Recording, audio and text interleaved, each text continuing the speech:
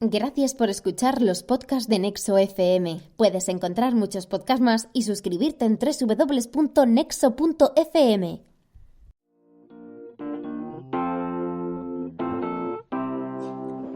Hola a todos y bienvenidos al podcast El libro que tienes que leer, donde nos gustaría compartir con todos vosotros nuestra pasión por la lectura. Somos Pablo y Javi, dos apasionados de la lectura, pero la verdad que siempre nos encontramos con el mismo problema cuando terminamos un libro. ¿Cuál es el próximo libro que me leo? ¿Dónde quiero dedicar mis próximas horas a qué quiero leer? ¿Sobre qué quiero aprender? Por eso, el otro día pensando, dijimos que quizás sería buena idea poder crear un podcast donde podamos compartir con todos vosotros aquellos libros que más nos han gustado o más nos han inspirado.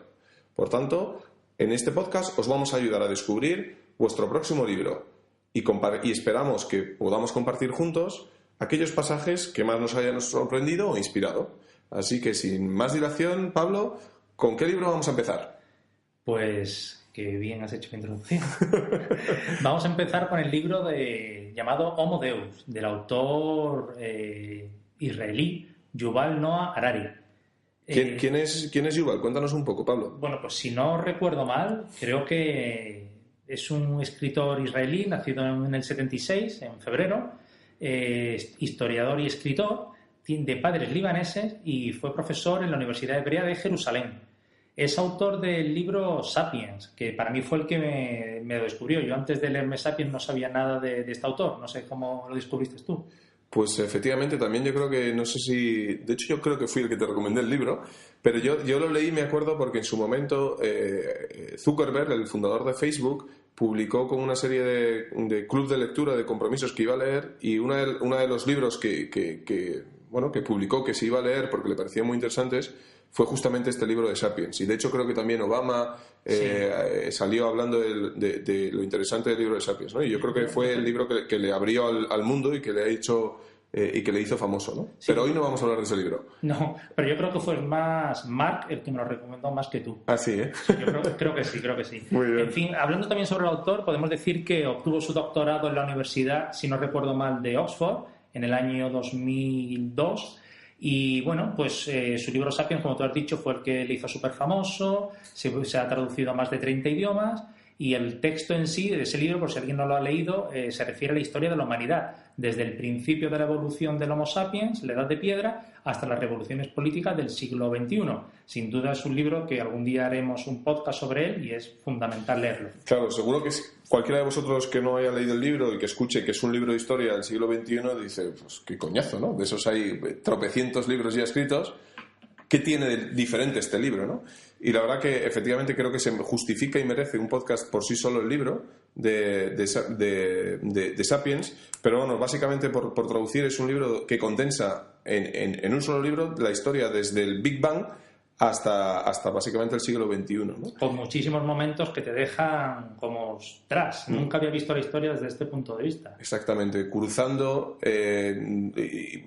conceptos de religiones, historias y demás de una manera muy original, dejándose de la típica forma de contar la historia de una manera cronológica y contarla más desde el punto de vista conceptual, ¿no? Y al final, bueno, pues yo me quedo con cómo en ese libro de Sapiens me ayudó a descubrir y a entender que cómo al final los humanos, los Homo sapiens, nos hemos hecho los reyes de la Tierra gracias a nuestra capacidad de colaborar juntos, que es aquello que nos diferencia del resto de los animales, porque nos creemos mentiras juntos, básicamente, ¿no? Que es un poco lo que dice, y porque somos capaces de colaborar y ponernos juntos en base a conceptos abstractos como puede ser la patria, el dinero, la religión o demás, ¿no? Y que es algo que es exactamente lo que nos diferencia de los monos o de los chimpancés, ¿no? Y me pareció muy curioso. Sí, bueno, pues ese es Sapiens. Nosotros vamos a hablar de otro, de Homo Deus, que es la continuación, cuando parecía que no había nada más que decir, editó Homo Deus, donde reflexiona sobre lo que puede ocurrir a partir de ahora.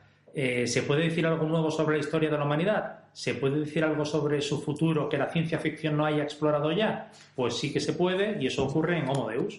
Exactamente. ¿Qué es lo que más te ha gustado, Pablo, de Homo Deus? ¿Qué es lo que consideras tú que te pareció más interesante y sobre todo más original o diferente que no hayas leído en otros libros? Sobre todo lo que más me llamó la atención es cómo enfoca todo el tema de la religión. yo creo que Homo Deus, me lo compré de hecho el día que salió a la venta porque me parecía muy interesante cómo esa misma persona que había sido capaz de hacer la síntesis de la historia de la humanidad en un solo libro, cómo él se dedicaba a reflexionar sobre, en base a entender el pasado, cómo proyecto yo el futuro, ¿no? Y cuáles son las grandes tendencias a futuro que creo que nos vamos a encontrar en el siglo XXI. Y cómo desde el principio deja muy claro que esto no es un libro de bola de cristal donde estoy prediciendo el futuro, sino que él dice que, oye, me imagino un futuro para a partir del cual seamos conscientes y pensamos si realmente queremos embarcarnos en ese futuro o no, ¿no?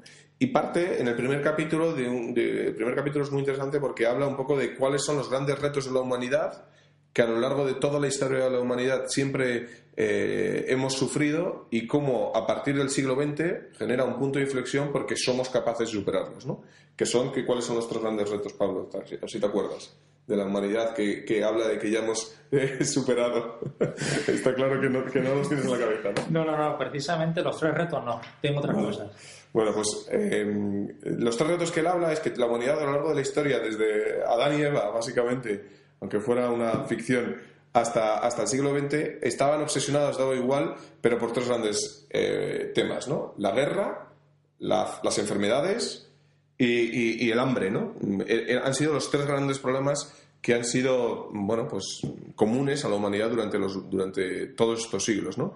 Y él, evidentemente, sí que dice que todavía hay muchos retos por superar en estos tres grandes ámbitos, pero a grandes rasgos, esos tres grandes rasgos están superados, ¿no? Lo cual ya es sorprendente pensar que alguien te diga como, no, mira, el problema de la guerra, el problema del hambre y el problema de la enfermedad están superados. Pero la realidad es que te empieza a dar un chorreo de datos y de información que te hacen entender y ver que efectivamente probablemente no sean los tres grandes retos a los que tengamos que seguir dedicando el tiempo, ¿no? Si lo piensas, luego es curioso porque yo ahora mismo estoy leyendo el libro Utopía para realistas y en el cual empieza el libro comentando de que ahora vivimos mucho mejor que antes. Sin embargo, claro, tú ves las noticias, ves que no para de haber muertos, no para de haber bombas, no para de haber atentados y lo dudas. Pero realmente no tiene nada que ver, por datos estadísticos que se dan en ese libro, los muertos que hay ahora, pues con los que había antes, con una plaga o con una guerra donde morían miles y miles de personas. Por dar una serie de datos y de orden de magnitud y contexto, por ejemplo, en el libro habla, y recuerdo perfectamente cómo cuenta la historia de la gripe española famosa,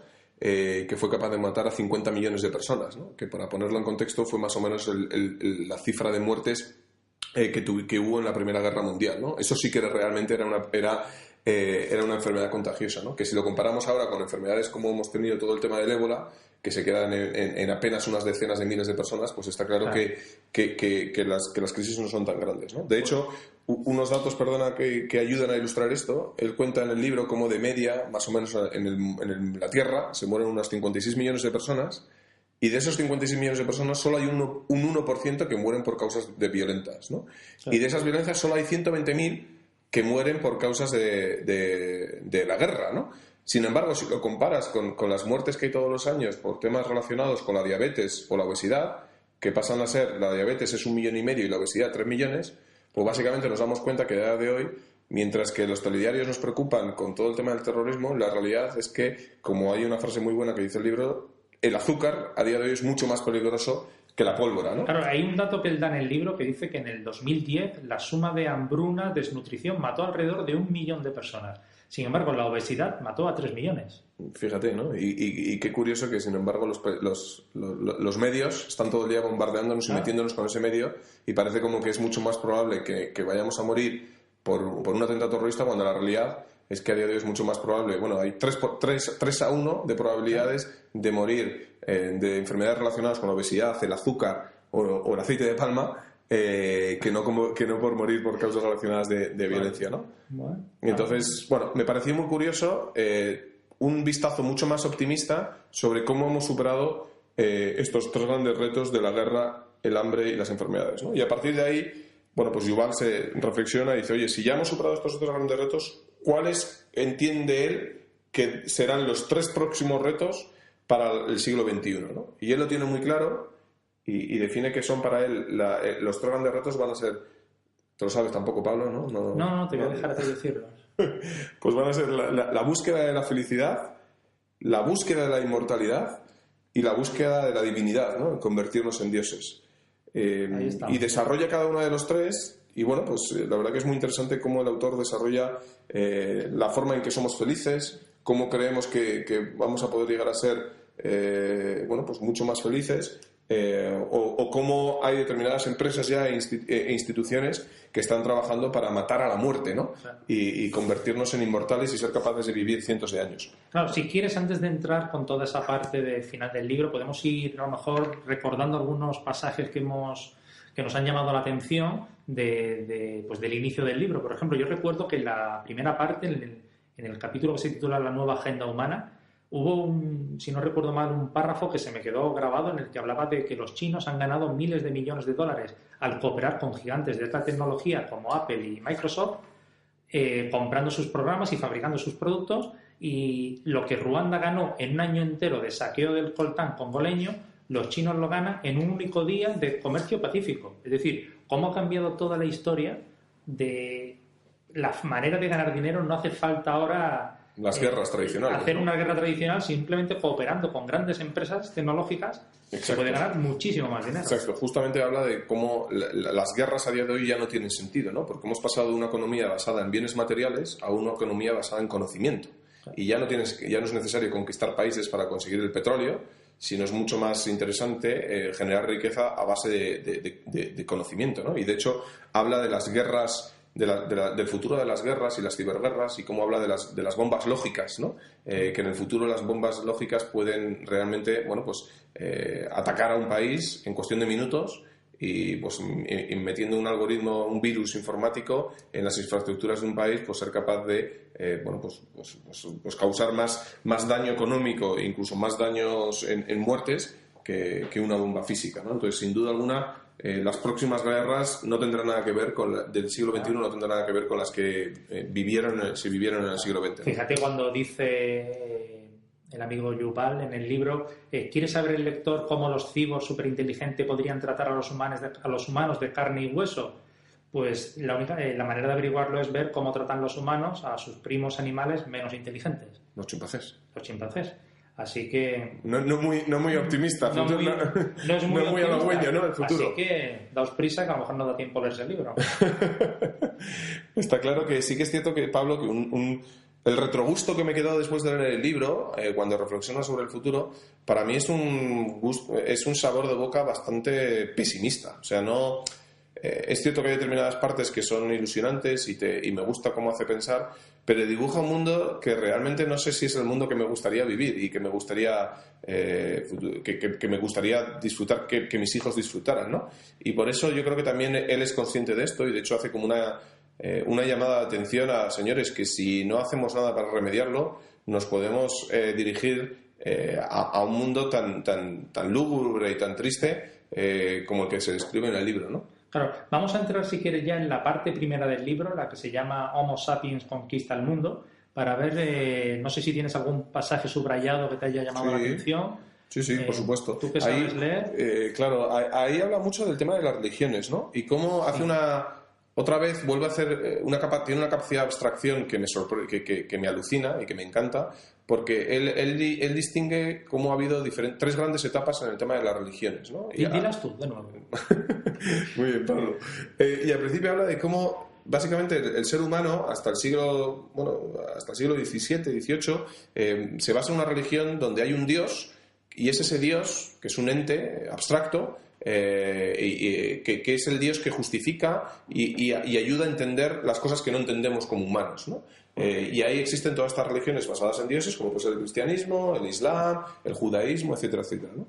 Pero en el siglo XVIII aparece una nueva religión, que es el humanismo, donde, pues básicamente, a través de la ciencia, el foco pasa del Dios al humano, y empezamos a buscar las explicaciones a las causas en los propios seres humanos, ¿no? Y él distingue como tres grandes religiones humanistas, que son el comunismo, el nazismo y el liberalismo, ¿no? Y me parece muy interesante esta etapa del libro, donde se dedica a dar una descripción muy original tanto del comunismo como del nazismo como del liberalismo, y cómo explica por qué al final el liberalismo ha sido, de esas tres religiones, la única que ha sido capaz de triunfar, ¿no? Pero lo más interesante es cuando habla a futuro, decir, bueno, pues estas son las religiones del siglo XX que hemos vivido, pero las dos próximas religiones del futuro no van a estar basadas tanto en el humano, sino en los datos. El dataísmo. Exactamente, ¿no? Y el tecnohumanismo religioso, ¿no? Entonces, para mí eso fue muy sorprendente pensar en cómo de repente el nuevo Dios van a ser los datos, ¿no? Y de hecho habla mucho sobre cómo uno de los mayores activos, o principalmente el principal activo que tenemos en el siglo XXI, son nuestros propios datos personales. Y sin embargo, muchos de nosotros los estamos regalando a las grandes empresas tecnológicas por vídeos, simplemente a cambio de ver vídeos de gatitos, ¿no? Ahí está, los datos. Luego, eso, pero estás en la parte... Bueno, he hecho una parte del principio, pero y he terminado hablando de la parte final del libro, ¿no? Que es la parte del dataísmo. Claro, a mí, uno de los párrafos que más me llamó la atención de la primera parte es en el que que está hablando de las religiones, cuando dice, antiguamente, cuando se pensaba que provocaba el estallido de un rayo, siempre se recurría a Dios, o que hace que caiga la lluvia, siempre se pensaba en Dios. ¿Cómo empezó la vida en la Tierra? Pues obviamente fue Dios. Y a lo largo de los últimos siglos los científicos no han descubierto ninguna evidencia empírica de la existencia de Dios, mientras que se han encontrado explicaciones pues para la caída del rayo, la lluvia y los orígenes de la vida. Eso, claro, siempre me ha llamado la atención decir, oye, antiguamente todo se recurría a Dios y ahora ya sabemos que no. ¿Y cuántas cosas ahora se recurren a Dios que dentro de 100, 200, 300 años se reirán de nosotros diciendo Dios no tenía nada que ver, era pues otra cosa? Justamente, ¿no? Me parece, de hecho, una de las cosas que más me gusta y que más diferentes me parece de este libro respecto al resto es que hay determinados conceptos que están muy arraigados en el siglo XXI en la sociedad y que todos damos por hechos y que, sin embargo, él se dedica a cuestionar y a poner en duda, ¿no? Entonces, ¿qué te diría yo si de repente te digo que eso de la democracia no tiene sentido, ¿no? Que es algo que nos hemos inventado entre todos nosotros, ¿no? Es lo que se hablaba siempre de que todos tenemos que creernos la misma mentira. Exactamente, ¿no? Entonces habla de diferentes mentiras como que nos hemos creído, donde él dice, pues eso, habla de la mente, como que no existe la mente, el alma, que también pues no hay ningún tipo de evidencia empírica de que existe ese alma, la libertad o la democracia, ¿no? Y es muy curioso, hay un apartado donde habla de la libertad, donde todos nos creemos que somos libres, pero te hace cuestionar y al final del capítulo te das cuenta de que te empiezas a dudar sobre si realmente eres libre o en el fondo simplemente estás respondiendo a una serie de programación de lo que tus genes y tus circunstancias personales han dicho, ¿no? Claro, había una anécdota, creo que era con una rata, no sé si te acuerdas. Sí, perfectamente. Pues cuéntala. No, cuenta un ejemplo de un experimento en un laboratorio donde básicamente a las ratas les meten una especie de casco que les genera una serie de sondas para que obedezcan lo que el investigador del laboratorio quiere hacer, ¿no? Y demuestran cómo a través de esas sondas las ratas hacen lo que el investigador del laboratorio quiere hacer, pero mientras que las ratas piensan que hacen eso porque quieren hacerlo, ¿no? Piensa que tienen voluntad para decidir y sin embargo es hay por detrás electrodo, hay un gran hermano por detrás que nos está manejando a todos, ¿no? Así que bueno, pues es muy curioso ver evidentemente que si esto se ha replicado en ratas, todos podemos comprender que sería relativamente fácil en un futuro replicarlo en seres humanos, ¿no? Y si eso lo cruza ahora con todo lo que estamos viendo de la gran apuesta de Facebook por la realidad virtual y cómo nuestra capacidad de interactuar con las máquinas simplemente a través de nuestro cerebro, pues ya empiezan a crearse escenarios de mucho miedo de cómo nos van a poder controlar la mente y nos van a poder controlar realmente lo que queramos unas minorías muy poderosas, ¿no? Y sí, lo mejor de todo es que siempre vamos a pensar que lo hemos elegido nosotros. Exactamente, con lo cual que en el fondo también lo podemos relacionar con la famosa pastilla de Matrix, ¿no? Claro. De queremos saber la realidad y ser infelices, o queremos vivir en un mundo pensando que somos libres y hacemos lo que queremos cuando en realidad hay una gran Matrix por detrás, ¿no? Que hay un gran gran hermano que nos controla, ¿no? Bueno, pues si quieres pasamos ahora a la segunda parte del libro, la que se titula Homo Sapiens da sentido al mundo. No sé si quieres decir algo de esta parte o recuerdas algo. Yo recuerdo un pasaje muy bueno, lo que pasa que es muy, muy largo y más que leer lo que puede ser aburrido, digo que está en la posición 3135 del Kindle y si alguien lo quiere leer por ahí, pues que se acuerde de mí. Muy bien. ¿Te parece? Pasamos a la tercera parte. Que se titula Homo Sapiens pierde el control. Es justo la parte... A mí fue sin duda la parte más interesante cuando hablaba de que, oye, hay un soldado mutilado que ha perdido las piernas en la guerra y él piensa que los ha perdido, oye, por la gloria de la eterna nación italiana. es mucho mejor pensar eso que decir, oye, perdí las piernas porque fui lo bastante estúpido para creer a unos políticos egocéntricos. Es mucho más fácil vivir con la fantasía, porque la fantasía da sentido al sufrimiento. Si lo piensas, en eso se basa gran parte de nuestra vida. Sin duda. Aquí él dibuja un mundo futuro donde efectivamente haya muchas máquinas con muchos algoritmos que sean capaces de hacer de manera mucho más eficaz nuestro trabajo y nuestro mundo. Y es curioso porque además habla de que esos trabajos que van a ser reemplazados por las máquinas, al contrario de lo que mucha gente piensa, no tienen que ver tanto con cómo de cualificado sea tu trabajo o no, sino simplemente con cómo de repetitivo o no sea tu trabajo y cómo de basado en datos esté o no tu trabajo, ¿no? Entonces, evidentemente, pues si eres conductor de un camión, pues no te quedan muchos días para poder trabajar, pero tampoco si eres taxista, si eres traductor, o si tienes trabajos mucho más cualificados, como puede ser radiólogo o como puede ser un analista de bolsa, ¿no? Entonces, él proyecta un mundo donde considera que va a haber una serie de personas que por su formación o falta de formación o falta de habilidades sean reemplazadas por máquinas y directamente los llama los inútiles, ¿no? Va a haber una serie de personas que no sean capaces de reengancharse a ese nuevo mundo y van a ser los useless, ¿no? Es el término que siempre hablamos de cómo se van a perder los empleos en un futuro no muy lejano. Ahí ya entramos en otro debate de qué va a pasar con toda esa gente que no va a ser capaz de incorporarse al mercado laboral.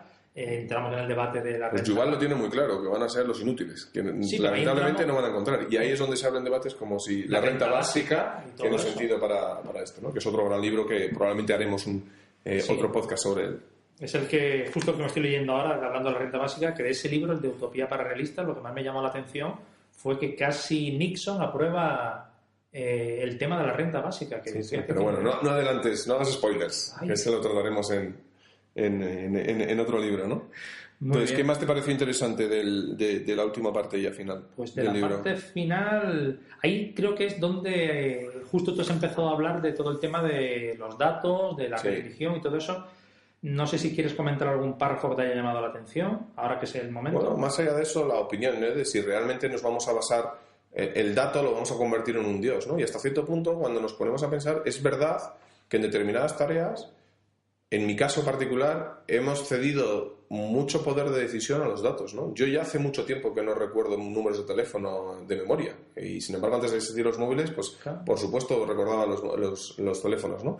Me he hecho muy inútil gracias a las máquinas, a pesar de no tener máquinas. Ahora, para ir por Madrid, pues evidentemente siempre conduzco tirando del GPS, ¿no? Con Waze, por todas partes, claro. Y evidentemente eso provoca que el día que no tienes batería en el móvil te sientes mucho más inútil, ¿no? Entonces, si eso es a día de hoy, ¿qué pasará en el mundo dentro de 20 años cuando el algoritmo sea capaz de entender, incluso mejor que nosotros, qué carrera universitaria conviene mejor a nuestra personalidad, cuál es la pareja que va a tener mejor relación con nosotros, ¿no? Hay una parte del libro en el que justo habla de que, oye, la mejor pareja para ti se puede decidir y esa parte es fantástica. Claro, todos sabemos lo difícil que es encontrar una pareja con la que enganches y que tenga sentido y muchas veces los divorcios son una prueba evidente de que los humanos no somos muy buenos eligiendo pareja, ¿no? Pero ¿cómo vamos a reaccionar cuando tú digas, oye, a mí me gusta Paqui, me gusta mucho, y el algoritmo te diga, no, es que a ti te pega Manoli, es que es mejor para ti? Pues ¿cómo reaccionas cuando tu intención te dice que para llegar a una casa tienes que ir a la derecha y sin embargo el GPS te dice que sigas recto? Pues en muchas ocasiones seguimos recto porque decimos, bueno, pues casi como me fío más del GPS que de mi intuición, ¿no? Entonces, pero el pobre Paqui. Lo tiene chungo el pobre Paqui, la verdad. Joder. Así que sí, es un mundo que asusta, la verdad, ¿no? Donde los datos estén por encima de las voluntades, ¿no? Y nos fiemos tanto de los datos que incluso sea ese... y ahí recuerdo películas, ¿no? Donde dibujaban ese mundo donde básicamente había un algoritmo que decidía que en base a cómo eras, pues tú tenías que ser agricultor, ¿no? O tendrías que ser científico o tendrías que ser tal, ¿no? Y a partir de ahí cedemos la libertad del individuo, que es algo también sobre el que habla mucho el libro, ¿no? En esa nueva etapa, el individuo per se va a dejar de tener tanta importancia y va a ser el colectivo, ¿no? Quien va a tener mucha más importancia. Claro, es que mezcla todo eso, si quieres, con los bots. Cuando los bots puedan hablar por nosotros, cuando los bots puedan decir, oye, es que tú hayas programado tu bot personal para recibir o o para atender cierto tipo de llamadas, ¿no? Todas las llamadas de publicidad las atenderán los bots, pero cuando luego esos bots hablen con otros y ya se encarguen de todas las relaciones. Es decir, el futuro que puede venir en el que nosotros no sea que nos podremos dedicar, sino que haya un algoritmo, haya algo que nos tome todas las decisiones por nosotros, eso puede ser bastante fuerte. Yo, Pablo, soy optimista por naturaleza y quiero pensar que, igual que la tecnología destruirá muchos empleos, estoy convencido que también surgirán nuevas oportunidades, ¿no? E incluso muchas veces oportunidades en aquellas áreas que consideramos que igual no son muy sofisticadas, pero son muy importantes, ¿no? Cuidar un anciano, cuidar unos niños, un enfermero que tiene esa inteligencia emocional como para poder dar confort a un enfermo, ¿no? Yo creo que va a haber un cambio de valor en las profesiones, y aquellas que quizás a día de hoy están muy valoradas porque generan mucho dinero, pues van a dejar de tener importancia, y otras que son mucho más relevantes porque te afectan a título personal, pues van a empezar a ganar importancia, ¿no? Entonces, bueno, quiero ser optimista por naturaleza y pensar que ese ejercicio que ha hecho Yuval de predicción del futuro, pues está muy bien como ejercicio, pero que como humanidad vamos a ser un poquito más inteligentes como para saber huir de ese mundo tan gobernado por los datos y no olvidarnos tanto del humano, ¿no? Es que a mí Yuval me ha... Te ha acojonado. Me ha acojonado. El cabrón me ha amargado la vida. Te ha amargado la vida, ¿no? Me ha dejado aquí el tío ahí leyendo que ya estoy aquí, que vamos. Claro, y por eso hacemos un podcast para celebrarlo, ¿no? En base a la tecnología. Claro. En fin, si quieres amargarte la vida, no olvides de leer Homo Deus. No, hombre, no, tampoco. No. Es broma. Es broma. Yo creo que es un libro muy inspirador, es un libro muy provocador, reta muchas ideas preconcebidas que todos tenemos, sí. Y yo sin duda alguna lo recomiendo. Para mí, sin duda, Sapiens y Homo Deus han sido de los libros que he estado leyendo que más veces he parado para decir, joder, lo que me ha dicho este tío en este párrafo jamás se me había ocurrido y me ha hecho pensar de una manera totalmente distinta. Es sin duda del mejor libro de 2016 de largo. Para mí también fue el mejor libro que me leí el año pasado, y por eso hemos querido que fuera el libro que abriera esta serie de podcast, ¿no? Así que si quieres, Pablo, por ir terminando, ¿qué nota le pondrías del 1 al 10 a Homo Deus? Pues sin duda un 9. Fíjate, yo incluso más. Yo te diría que le pondría un 9,5. Y te voy a decir que soy duro de valorar, ¿no? Pero sin embargo, para mí este libro es de los pocos libros que sé que volveré a releer, ¿no? Y de hecho que he vuelto a releer para prepararme para el podcast, y he vuelto a disfrutar, y me encantará volver a seguir releyendo, ¿no? Porque tiene auténticas píldoras de sabiduría dentro.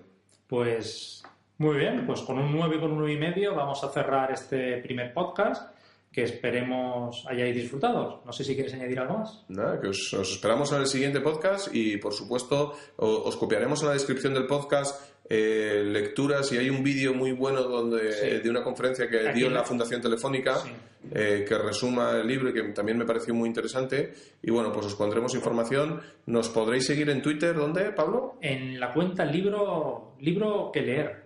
Muy bien, pues nada, esperamos vuestros comentarios, feedback, y en breve haremos el segundo con el siguiente libro que te tienes que leer. Hasta ahora. Gracias por escuchar los podcasts de Nexo FM. Puedes encontrar muchos podcasts más y suscribirte en www.nexo.fm.